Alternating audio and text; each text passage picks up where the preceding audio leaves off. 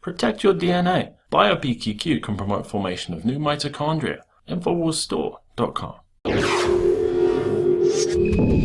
And welcome back. We're joined now by Leanne McAdoo with a news blitz. Leanne, what do you have there? Jakari, I just wanted to bring this story up because here we are. We're trying to vote in the next leader of the free world. They're supposed to uphold the Constitution. And here we have the Democratic frontrunner, Hillary Clinton, is already going after the First Amendment, and she hasn't even been elected.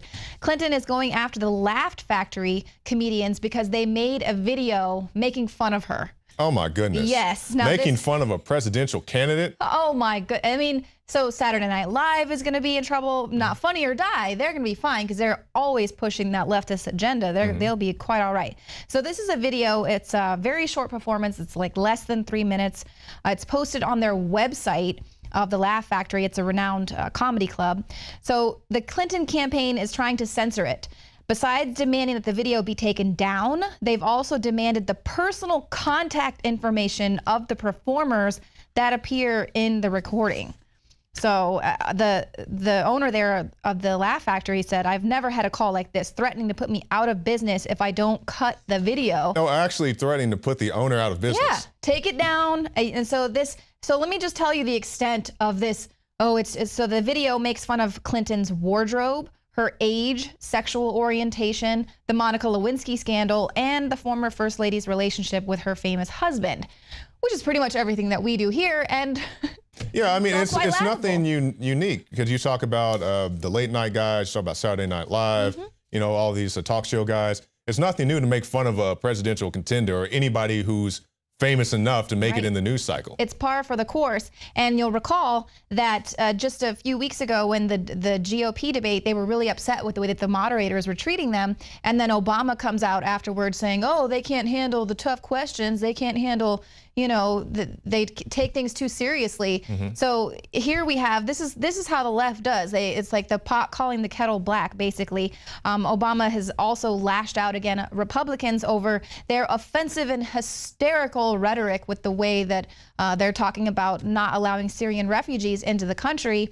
And he brings this up again, saying, first they were too scared of the press being too tough on them in the debates. Now they're scared of 3-year-old orphans. That doesn't seem so tough to me. So, it's okay for him to make fun of these presidential contenders and basically calling them out, saying that they're afraid of babies and things like that, which obviously he said this before the woman suicide bomber. Yes. The audacity of this guy that he would arm Al-Qaeda rebels, send them to places like Syria, like Libya to go and kill people, and then just wants to come up here and make a joke about it. It's really disgusting. I mean, just to hear that, I'm dead serious.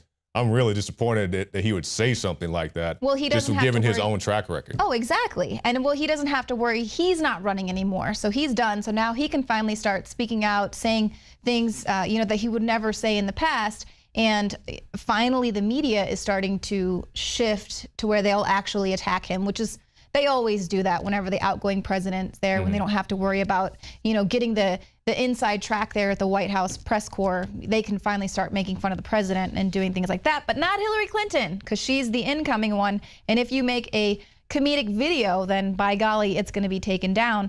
But again, this is how that sort of leftist ideology shuts down any dissent. And they don't have a problem calling you out, or like we have these Mizzou student protesters right after the Paris attacks. The night it's happening, and of course that's something that starts trending on Twitter immediately, Pray for Paris. They start with the hashtag F Paris and Pray for Mizzou, and how dare you start talking about the white, it's a white attack when there are black people being killed on campuses, or there are black people that are stuck in their rooms. Like there are no black people in Paris. Well, there was plenty of black people and Muslims that were killed in that attack. Yeah. So, but that's, it's just immediately obviously they don't understand the geography there of France and how diverse it is. So they're immediately saying, oh, it's just the white man's terrorist attack. Well, and one thing that you brought up to me earlier this week, I thought was a very excellent point.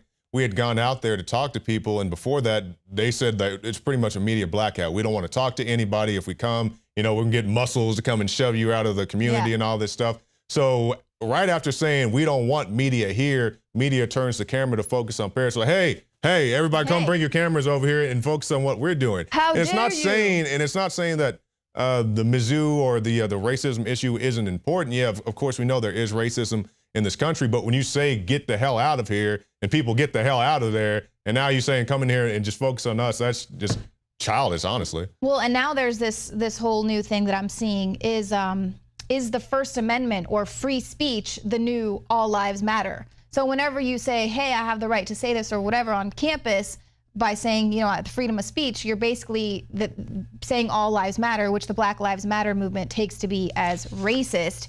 But don't worry about that, Ja'Cory Jackson. That kind of thing is not going to be happening too much longer, because they are really taking care of this white privilege. It will be stamped out on college campuses.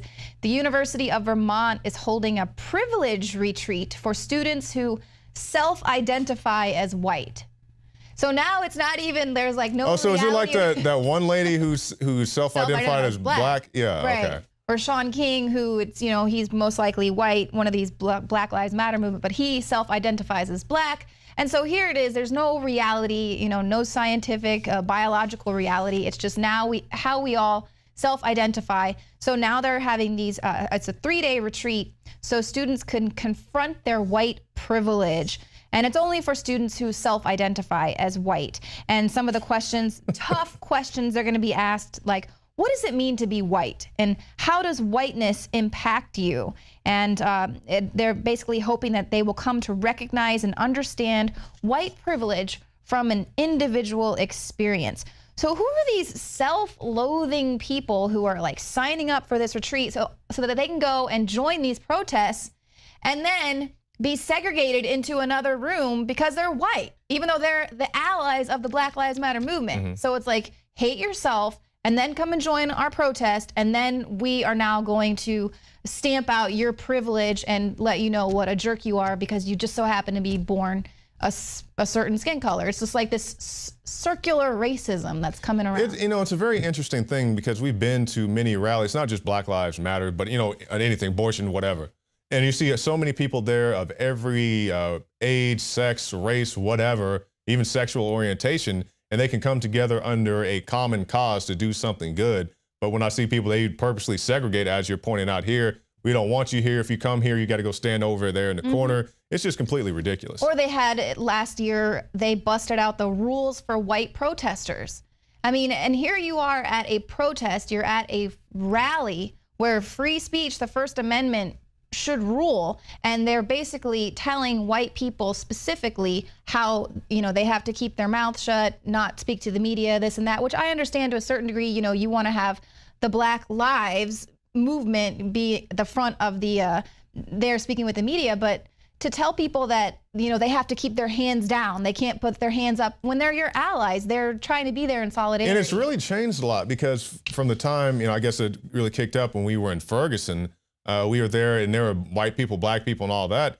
And, the white people were speaking on camera just like the black people were, to show that it wasn't just black people out there. Of course, it's Black Lives Matter, but it was, white people and Asian people and, Hispanic people just coming together, like I said, under a common cause. But it just seems like it's fragmented into just deep segregation. Absolutely. And that is divide and conquer. That's how you will lose. If we all come together like people want, and like we were starting to when the whole situation with Ferguson came about, there was some real change that was going to happen. But now it is just so flooded with all these ridiculous protests, Black Lives Matter moves in everywhere, that it's oversaturated and people don't care anymore. And then now they're just calling you entitled brats. But one last thing I just wanted to point out, just within regards to this hashtag activism, we know a lot of people change their profile pictures on social media to the colors of the Parisian flag. Well, now we have a cosmetic company who's facing backlash because they were selling blue, white, and red nail polish, and they marketed it as an effortless way to pay respects. So as if it couldn't get any more effortless by just changing your profile picture, now you can just paint your nails. And I can't recall the source, I don't want to go too deep into it, but I remember seeing something about people saying it was offensive to change your profile picture to the flag or put a flag over your face. But you got to change it to the flag of every nation that's been terrorized. Yeah, so I mean, it's just like you can't please some people. Can't. People just wanted to do something nice. So if anybody who was in the area could see that and just try to relate to it, but you can't do anything nice anymore. Thank you so much, Leanne McAdoo. Stay tuned. We'll be back right after this with more special reports.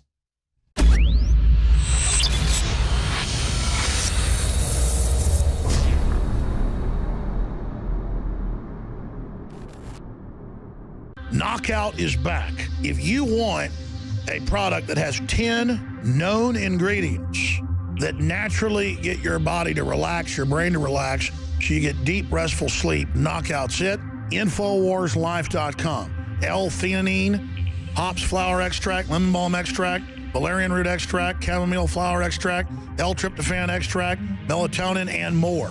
All organic, all the natural sources. It's the same price as leading brands of melatonin that are 3 milligrams a piece. It has 3 milligrams, the standard recommended dose for an adult.